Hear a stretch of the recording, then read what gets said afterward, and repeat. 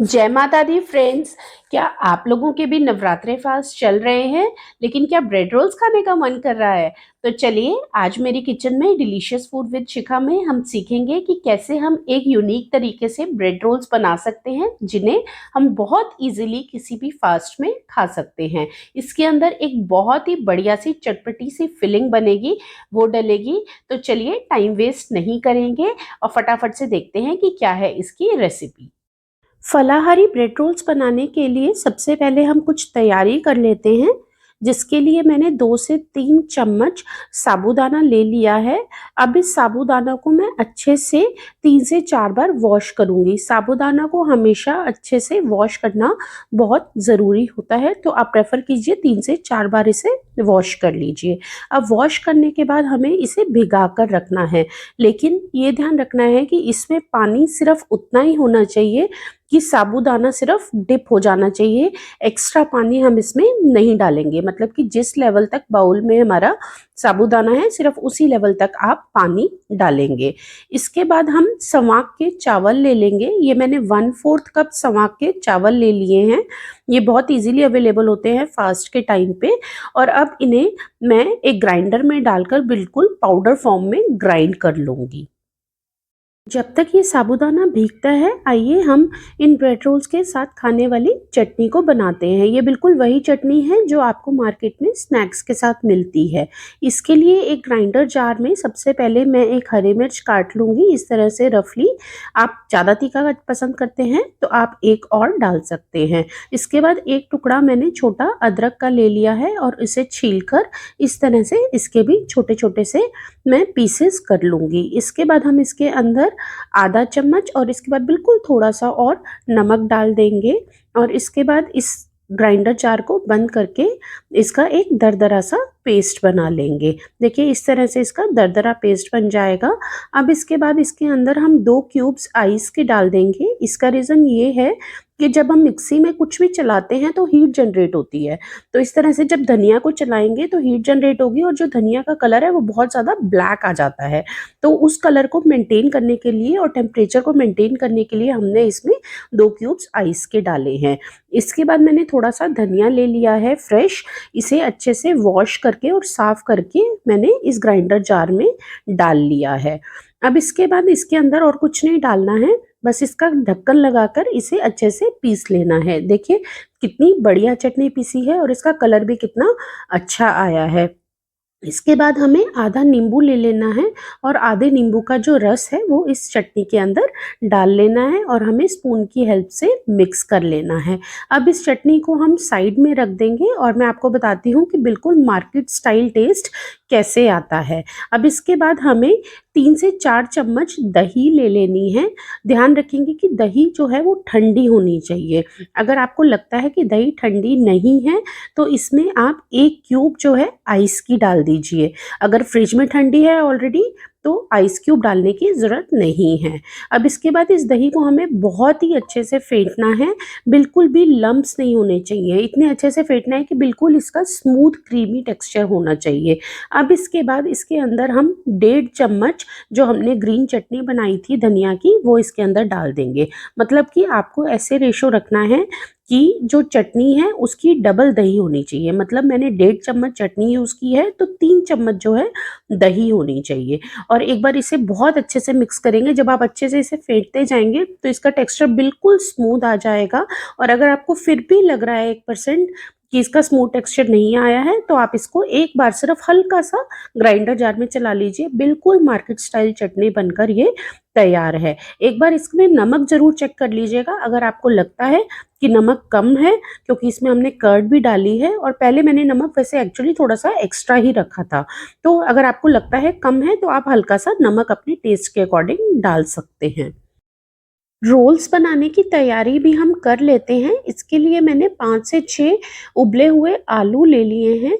अब एक कद्दूकस की हेल्प से इन आलूओं को हम अच्छे से कद्दूकस कर लेंगे। देखिए आप लेना को तो पोटैटो मैशर भी ले सकते हैं और उससे भी कर सकते हैं, बट हमें उस केस में ये ध्यान रखना है कि जो आलू हैं उसके पीसेस नहीं रहने चाहिए बिल्कुल भी, या कोई गाँठें नहीं रहनी चाहिए। आलू जो हैं वो एकदम से स्मूथ होने चाहिए। तभी मैंने यहाँ पर प्रेफ़र किया है कि मैंने कद्दूकस ले लिया है ताकि कोई गाँठें नहीं रहें और ये सभी आलू जो हैं वो एकदम स्मूथ रहें।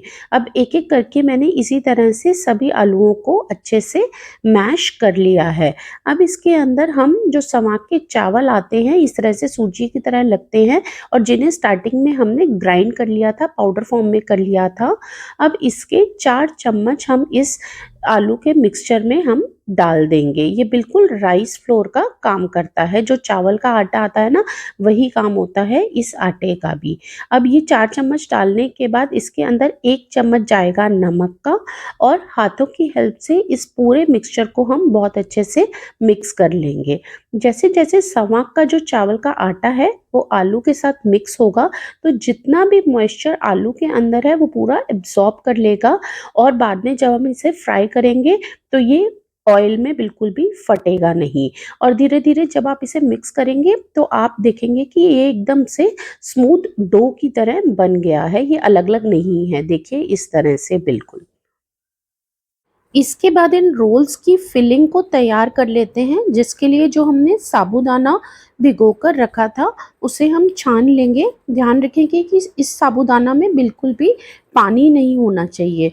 तो ये छानने के बाद हमें 1, 2 और 3 ये 3 चम्मच जो है साबूदाना का हमें ले लेना है। इसके बाद इसके अंदर हम 3 ही चम्मच नारियल बूरा का डाल देंगे। जो डेसिकेटेड कोकोनट आता है ना, मार्केट में मिल जाता है, उसके हम 3 चम्मच डाल देंगे और इसके बाद हम किशमिश ले लेंगे और किशमिश को हम इस तरह से बारीक काट लेंगे। पूरा साबुत नहीं डालना है, इस तरह से छोटा-छोटा काट कर वो हमें डाल देना है। साथ में मूँगफली ली है, मूँगफली को भी हमने दरदरा पीस लिया है और वो इसके अंदर डाल दिया है। बादाम लिए हैं मैंने 10 से 12, उन्हें भी बारीक-बारीक काट कर इसके अंदर डाल देना है। इसके बाद जो हमने चटनी पीसी थी, जिसके अंदर हमने दही नहीं मिलाई थी, उसका 1 चम्मच इसके अंदर हमें डालना है और इसके साथ ही जो मीठी इमली की चटनी आती है, वो भी इसके अंदर हम 1 चम्मच ही डाल देंगे। साथ में हम डालेंगे 1/4 चम्मच नमक का, क्योंकि चटनियों दोनों ही चटनी में ऑलरेडी नमक है, तो इसीलिए हमें नमक का ध्यान रखना है और जो आलू का मिक्सचर भी बनाया था हमने, उसके अंदर भी ऑलरेडी नमक है, तो इसीलिए हमें नमक थोड़ा ही डालना है और इन सब चीज़ों को हाथों की मदद से हमें मिक्स कर लेना है और ये बहुत ही टेस्टी सा खट्टा मीठा सा हमारा मिक्सचर बनकर तैयार है। तैयारी पूरी हो चुकी है, आलू का मिक्सचर भी रेडी है और ये खट्टी मीठी सी फिलिंग भी इसकी बिल्कुल तैयार है। चलिए अब रोल्स बना लेते हैं। सबसे पहले हाथों के ऊपर हल्का सा रिफाइंड ऑयल स्प्रेड कर देंगे और इसके बाद हमने जो ये आलू का मिक्सचर रेडी किया था, वो हम इस तरह से थोड़ा सा लेंगे और फिंगर्स की हेल्प से ही हमें इसे थोड़ा सा फ्लैट करना है, मतलब थोड़ा सा पतला करना है। ध्यान रखें कि इसके अंदर कोई क्रैक्स नहीं होने चाहिए।